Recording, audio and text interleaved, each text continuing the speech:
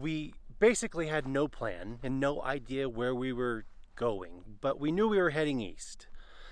So last night we got in the truck about 9 o'clock and then we drove until 3 a.m., approximately 340 miles, and we ended up here. So here's the plan. Over the next 3 days, we're going to be taking the Pony Express Trail from Austin, Nevada, all the way to Sacramento, California. But before we can do that, we need to stop in the town of Austin for a few more supplies. Let's go.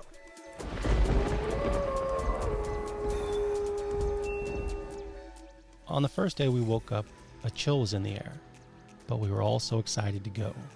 The Pony Express was a mail service delivering messages, newspapers, and mail using relays of horse-mounted riders that operated from April 3, 1860 to October 26, 1861. After some morning exploring, we broke camp.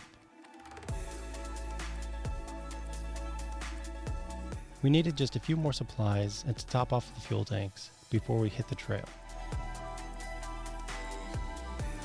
We stopped in a tiny town called Austin, Nevada, which is also home to Stokes Castle. Stokes Castle is a 3-story stone tower located near Austin, Nevada. It was built by Anson Phelps Stokes. After a quick visit at the castle, we headed on our way, finding the Pony Express Trail nearby. As we jumped on, everything seemed good. The trail appeared to be in better condition than we had anticipated. Pony Express. Yeah! After about 2 miles of starting the trail, we got into the swamplands, which we didn't know would be swamplands. Pony Express. Pony Express. Yep, there's the bridge. First time Sweet. That is so cool. That's like the funnest trip ever. Yes, this is I just awesome. want to go up and down. I guess in the winter, the lower lands in Nevada kind of turned into this mucky, muddy bottom stuff, which forced our exit on the trail early because we didn't want to further damage the trail or risk getting further stuck than we had been already.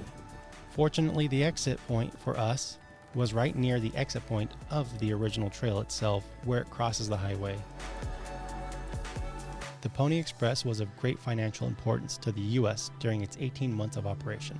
It reduced the time for messages to travel between the Atlantic and Pacific coast to about 10 days. It became the west's most direct means of east-west communication before transcontinental telegraph was established. As you can see, the truck is completely covered in mud, and I'd say we gained about 300 pounds in mud that day. We didn't want to further damage the trail, but this meant that we would have to bypass the next section of the Pony Express Trail for fear of further destroying the habitat and the trail itself. Despite a heavy subsidy, the Pony Express was not a financial success and went bankrupt in 18 months.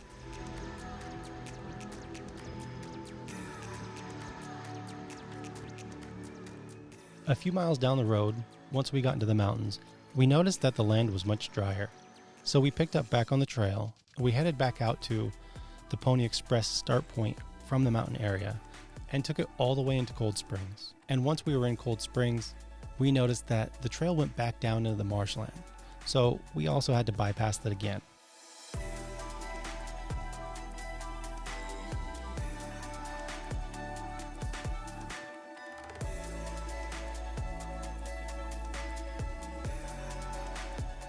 And the next stop on the route was the Middlegate Station. Along the long and arduous route, 190 stations were used. The stations and station keepers were essential to the successful, timely, and smooth operation of the Pony Express mail system. As the sun was getting low, we knew we had to call it a day and find camp.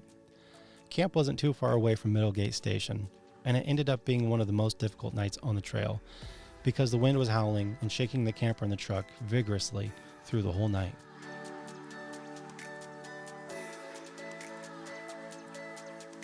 In the morning, we woke up to a pleasant surprise. Just a few miles down the road when we went to pick up the Pony Express Trail, we found the Sand Mountains. Sand Mountain is a singing sand dune 20 miles east of Fallon, Nevada, along the U.S. Route 50. The dune is 2 miles long and 600 feet high. The sand originates from the ancient Lake Lahontan. The ruins of the Sand Springs Station of the Pony Express are also located within the recreation area. Sand Mountain Recreation Area is managed by the Bureau of Land Management and is open to off-highway vehicle use. We really needed to test the truck out in the sand. No matter if we got stuck, we knew we were going to have a great time.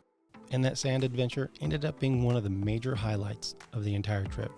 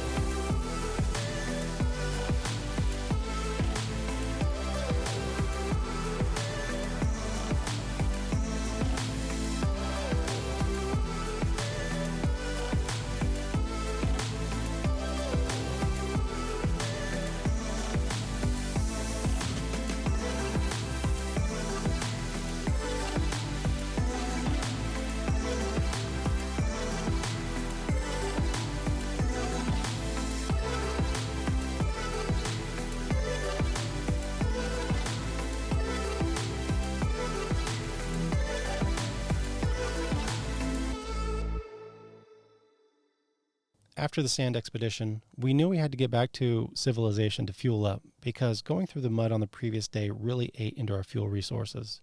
So we quickly stopped in Fallon, Nevada, grabbed some groceries and some fuel. Then we took US 95 South back down to the entrance of the Pony Express. The trail looked great from the start, but as we got about a mile into it, we noticed this long moat. After quickly walking the moat, we knew that we couldn't get by it, so we tried an alternate trail to go around it. But that trail to go around the moat wasn't any better than the moat.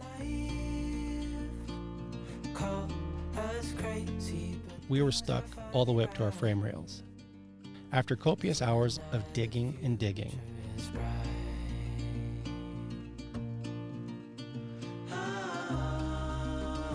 we were finally able to unstick ourselves and get out of the mess, with a little help from our Max Tracks and good old-fashioned hard work.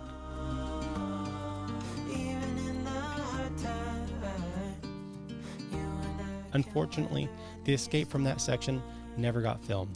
Everybody was broke off and tired by the end of that one, and we just completely forgot to film it.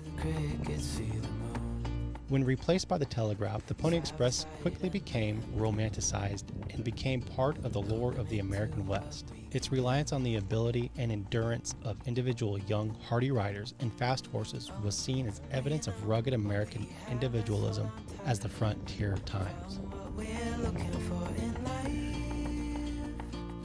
Call us crazy. And if your relationship can handle getting stuck in the mud and digging yourselves out, then you've probably found the right person to shack up with.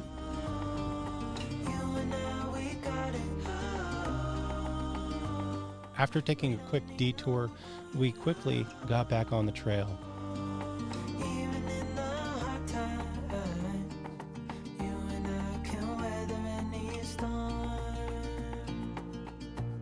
In about 10 miles, it was time for camp. Night 3 was very nice. Night 3 was probably one of the best nights that we had out on the trail. The wind was calm, the weather was cool and crisp, the camper was warm, filled with laughter and love.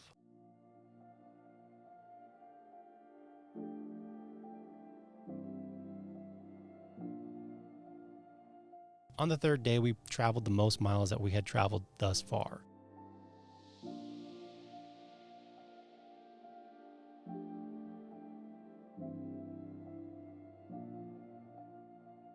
The dirt trail was easier, the slow sections were far and few between. It felt like we were flying fast on the road. It had been 3 days since we'd seen a tree, and we were all very excited. A quick stop at the cemetery for some pictures, and we continued down the road.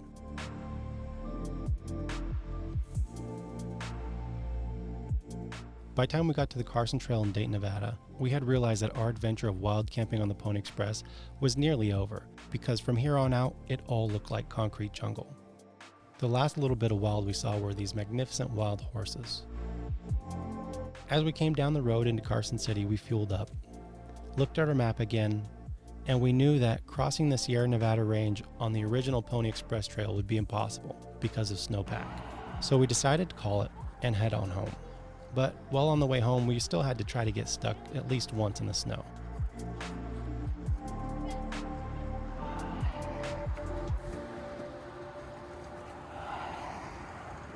On the way home, we reminisced and laughed and made plans to continue the Pony Express Trail all the way to Sacramento in the spring once the snow is melted. I'm Austin with WolfPac-Outdoors. Holla at you later.